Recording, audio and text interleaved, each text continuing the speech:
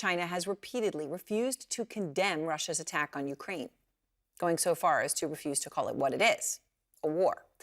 David Culver is out front tonight with this report from Shanghai. Beijing fighting back against the U.S. warnings not to help Russia in its invasion of Ukraine. Today, a foreign ministry spokesperson strongly urging the United States not to undermine China's legitimate rights and interests when dealing with U.S.-Russia relations, adding China and Russia will continue to conduct normal economic trade cooperation. But might that cooperation soon include military support?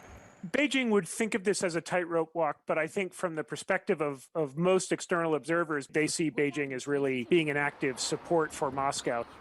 While both Beijing and the Kremlin deny that Russia made a request for aid, sources say Russia has asked China for drones and prepackaged military food kits, or MREs.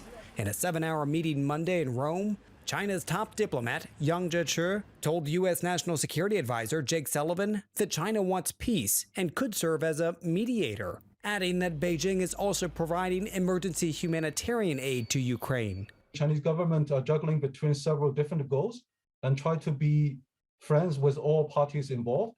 China is already Russia's biggest trading partner and likely the only superpower that could help slow Russia's economic freefall.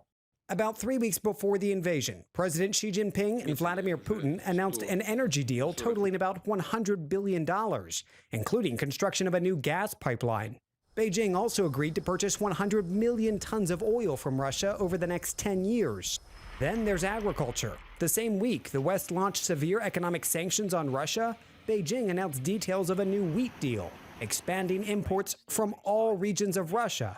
It adds to what was an already massive surge in Russia-China trade. Chinese state media says in 2021, trade between the two jumped $150 billion over the previous year and includes Russian seed oil, barley, and beef. Every dollar counts when you're losing customers as quickly as Russia. And as the West cuts Russian banks out of the dollar-denominated SWIFT system, Russia could look to settle its trade debts with China using Chinese currency instead. Though some analysts believe all of China's potential economic relief efforts still won't be enough to backfill the massive void in Russia left by Western nations. And with China's Russian trade volume dwarfed by Beijing's deals with the EU and US, the economic risks might be too great for China.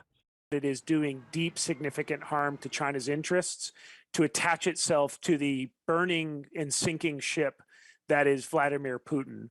China has backed the wrong horse. But with the stated willingness to mediate the crisis, China appears to still be straddling how best to keep its economic ties to the West without abandoning its ideological allegiance to a fellow autocracy. And Aaron, currently, China's in a pretty good spot. They're able to keep their lucrative trade with the West and potentially get Russian exports for a bargain. But especially as we're dealing with yet another round of COVID lockdowns here, really harsh measures, crushing businesses, you got to wonder, is President Xi willing to further sacrifice economic stability here, which could mean social stability, all for this ideological push to unite against the West, Aaron?